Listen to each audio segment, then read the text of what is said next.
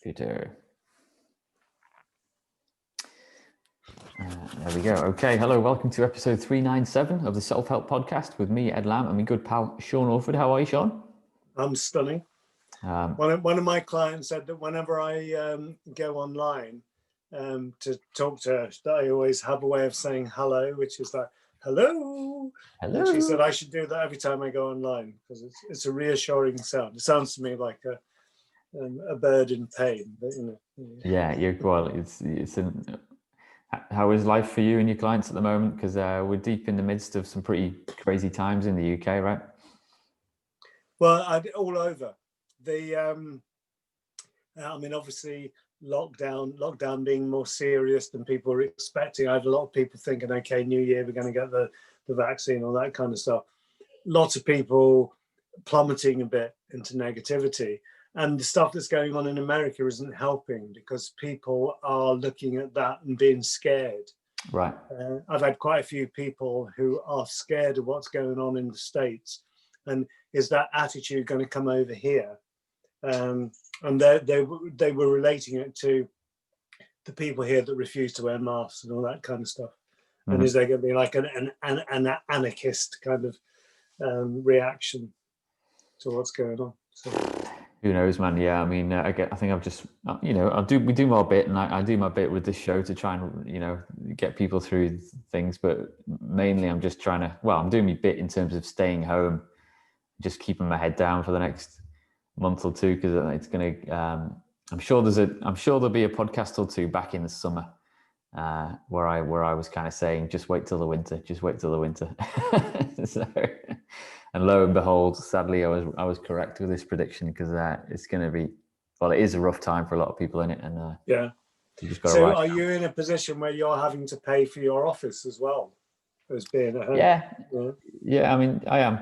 It's I'm fine with that. I did actually I took part-time furlough this week just because I'm not particularly hard up at the moment, but not by any stretch really, but my work levels have dipped because I get my work in from a design point of view from shaking hands and being out there and meeting people in the real world. So new work is drying up a bit. So just with one eye on 6 months from now and that kind of thing. So and we never know what it's going to be like over the next 6 months or year. Do we?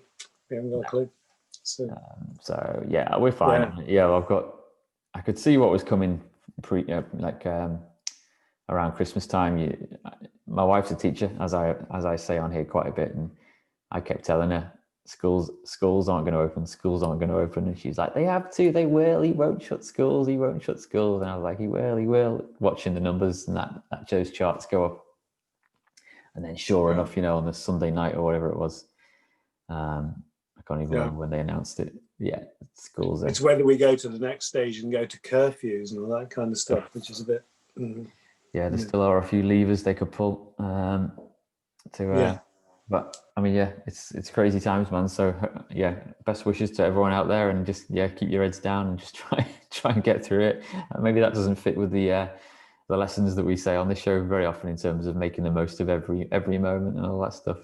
Yeah, but even and really that's the point of what we're doing now with this podcast for the next few weeks is that if we are going to be in this position, okay, let's try and do something productive with it.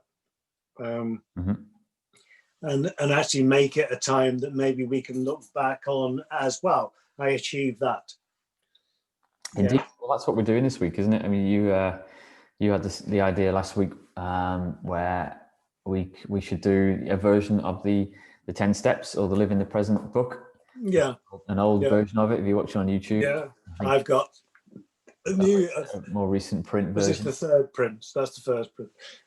So you don't have to buy the book. You can still grab it through the website. But we're going to get over the next 11 weeks because we're going to do an introduction today to the course. We're going to run you through the book and the course that are we, Sean? Yeah. What happened was people were asking me in the middle of last year whether we'd run another one and do one, and I kept saying we will. And with the COVID and everything else, it just became crazy. And then people have been saying to me, come on, I'm at home, can't we do this? So I've said, okay, right, let's do it. So if today we just kind of lay out what we're going to do, and then next week we start with step 1 and work our way through the steps. So the deal is, it's about changing and about changing yourself. And by that, I don't mean dramatically. I don't mean losing weight. I mean becoming the you that you want to be. Mm-hmm. And sometimes we approach that from the fact that we don't know who we want to be.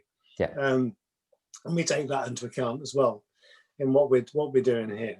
Yeah. Yeah. Well, the subtitle of the book, it was called 10 Steps to Change Your Life Forever back in the day.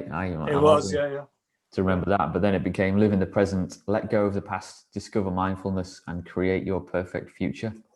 So I think that sums things up quite nicely. But what was the inspiration? Is this the kind of your life's work, would you say, distilled into whatever, a couple of pages? Well, my life's work is currently being distilled into about 20 books, which will probably end up having to be 20 courses and whatever. But I mean, this whole idea in the book is about how can you stop, let go of all the stuff that's holding you back, all the negativity, and actually get into your present so you can create the future that you want. And most people can't create their own future because they're too stuck in the past. It's like the elastic bands that hold us back to our negative experience. So I can't do that because why? Because when I was a kid, I was told that. Yeah, people have lots of unrealistic ideas about themselves because they're carrying other people's baggage, whether it was parents, relatives, partners, whatever. And it's only when you stop and actually let go of all that stuff that you can see yourself for real. Okay, what am I going to do now? Yeah. If I get rid of all the negative voices, what's going on next? Well, I mean, about 4 or 5 pages into the print version, the book has some photography and graphics by me. Yeah, very good. And it says in tiny little letters there, slow down. In reverse if you're watching it on YouTube, but try and get people in the zone. So how do we make people slow down initially if they're listening to this right now? I think you actually need to read this week's blog and this week's resource and start to get your head around the idea, because if you're going to go through a process of kind of doing a self-audit, which is what this is about, then you have to kind of get yourself geared up for it. You can't just go padump and do it. Yeah. And that might mean that there's all kinds of things that I'm suggesting that everybody does here. Like, I think you need to keep a journal. Really important to journal, whether you do that on a screen, whether you do it on a book or whatever. But it's like marking stuff down, ideas as they come to you, things you need to deal with. But also, one of the powerful things of a journal is you can look back over this next 10, 11 weeks and see how far you've come. Mm-hmm. Yeah. Now, realistically, not everybody is going to change in 10 weeks. It might take them a year. It might take them 2 years. But the thing is that process that we're working through, and this is what you need to do to get to that point. Yeah, because one of the reasons that we came at this, if you remember back along, was The Secret had come out, and Secret, very, very successful book. The problem that I was seeing in it with the people I was working with was that it was the ham sandwich issue. You can get the impression from reading The Secret that you can just sit in a chair and go, I will have a ham sandwich. I will have a ham sandwich. It's going to drop out of the sky into your lap. It's never going to happen. Mm-hmm. Yeah, it's only going to happen if you do something about it. Right. Yeah. So, as the Quakers would say, first of all, you pray and then you move your feet. You've got to do something about it. You can't. Yeah, well, actually, again, we put a disclaimer in at the start of the book as well. It should be noted that there's no magic secret that will change your life for the better. It is only through consistent and persistent repetition of the theories taught within these pages that you will achieve what you really desire. Pretty cool. And that's a really important statement too. I have a bookshelf here that has about 300-400 books on it, and all of them are about the same kind of stuff. It's about how do you change, how do you develop, what do you do? And many of these books are amazing, but they're only amazing if you do what it says in the book. Mm-hmm. Lots of people buy the books thinking they're going to change, but they don't change because they don't do what it says in the book. Yeah. And that's the point about all this stuff, is you can go through this next 10 weeks with us and you can actually change something inside yourself, or you can go through the next 10 weeks and go, oh, that was a nice idea. Yeah. Yeah. So one of the things I put in the blog here, which is one of the classics, is the idea of Einstein's, that the definition of madness and sanity is doing the same thing in the same way, but expecting a different result. Mm-hmm. And it's like, to change, you've got to change. You've got to get your act together. So journaling is really, really powerful. But I think having what in the Ayurvedic world was always known as creating your sacred space, somewhere where you would go and sit and do your work. Mm-hmm. Trying to do this stuff on the kitchen table kind of works, but it's much easier if you've got a place where you can go and sit. It's like having a comfortable pair of shoes. You feel right when you're doing it. Yeah. Guess where I am right now? I'm on the kitchen table, and I've got a kitchen table beside me as well. Keeping storage. You've got 2 kitchen tables. Yeah, long Christmas leftovers, but long story. But no, the idea that throughout this program, we're going to ask you to do things like do a bit of meditation, a bit of mindfulness stuff, so you can kind of reflect and calm down, and to achieve the things that you want. So that we'll have a look at the resources at the end. But if you go onto the website, there's things that you can download, which you can begin to use. And we'll go through those different exercises as we go along.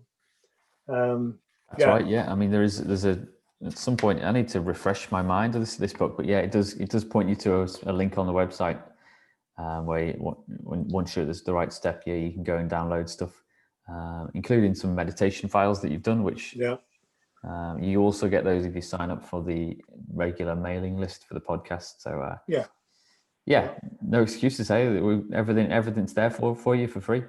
Yeah, so we decided that we'd actually let the book come out in chapters over this next 10 weeks, and not make you go and buy it. We'll give it to you for free. Yeah, we should. We haven't thought it through massively, but I mean, some kind of discussion group or forum would be cool. Maybe a Facebook group or something like that. But yeah, we're open to suggestions on that. Let's see how we can grow this over the next few weeks, because there is a need out there. I mean, lots of people are out there doing stuff, like Joe Wicks is there strutting his stuff. Fern Cotton's there with, trying to calm people down. What we want to do with this is to actually give you some tools that you can use to make your life different on every level. Yeah. And some of it is a bit tough, because it means you've got to look at yourself. You've got to look at yourself and decide, does this work? Doesn't it work? If it doesn't work, what do I need to change? Mm-hmm. And some of those decisions might be quite difficult for you or for the people around you. Yeah. But that doesn't mean you shouldn't do them. Yeah, exactly. So, I mean, this can be a short and sweet episode, but I mean, the first step is around forgiveness. But before people get to that step, so you've talked about having a safe space there. What else do people need in their lives? Is it just a sense of openness and like a willing to see something like this through? I think that you have to start off. There's an exercise that you'll see in loads of self-development type books. And I think it's a really relevant exercise, is that if you were to project forward to your 100th birthday, and someone's tapping a champagne flute to call everyone to silence because they're going to read this speech about you, mm-hmm. Ed, over the last 100 years, has done.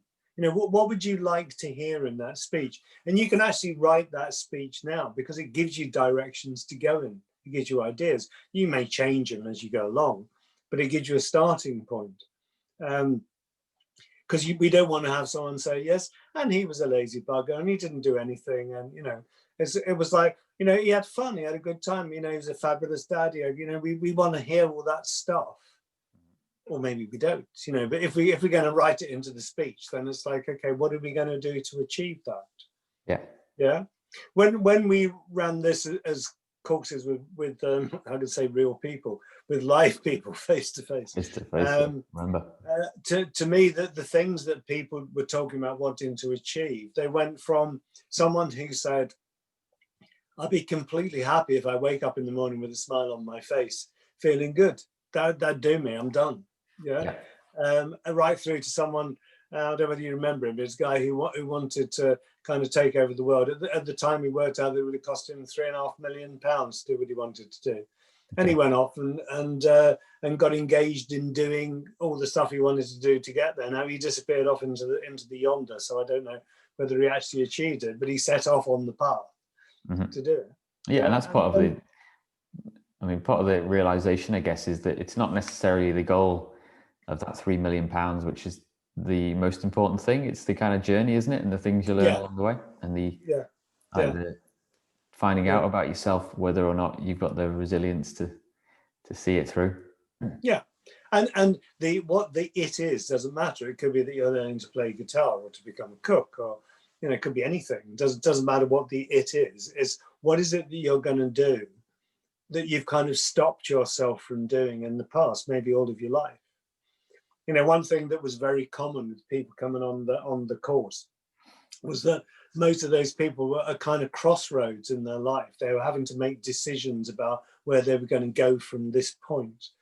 And it was very relevant, the idea about, okay, let's review the past, and okay, let's get rid of all the stuff that we don't want and we don't need, so we can actually get into the present. That was the key.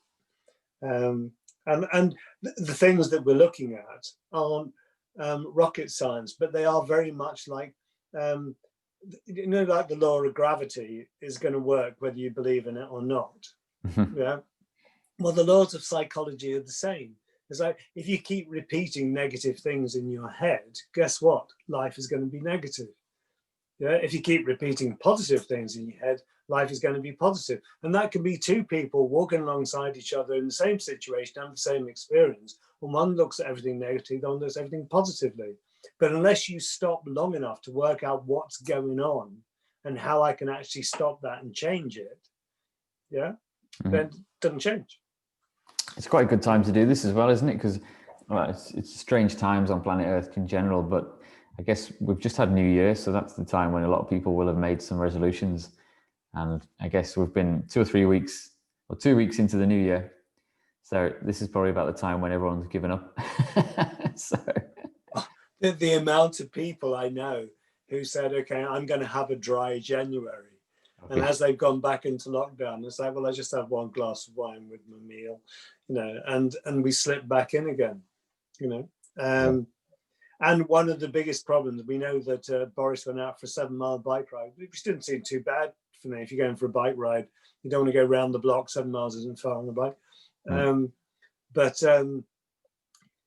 if we can end up only being able to go out for an hour a day, that's one of the suspicions, is what's going to happen next. Then we need to use the time that we got productively. Yeah. And one of the things about this kind of program, it's really, really powerful if you and your partner do it together. Or if you got some older kids, do it with them as well. One of the things, the kind of things that people have said to me after doing this kind of program is, why didn't people tell us this when we were kids? Yeah, I know. Yeah, that's quite common, wasn't it? And the thing is that is very real. And if teenagers particularly reviewed themselves through this kind of material, their lives could be very different. Yeah, but it's, can we get them to do it? Yeah.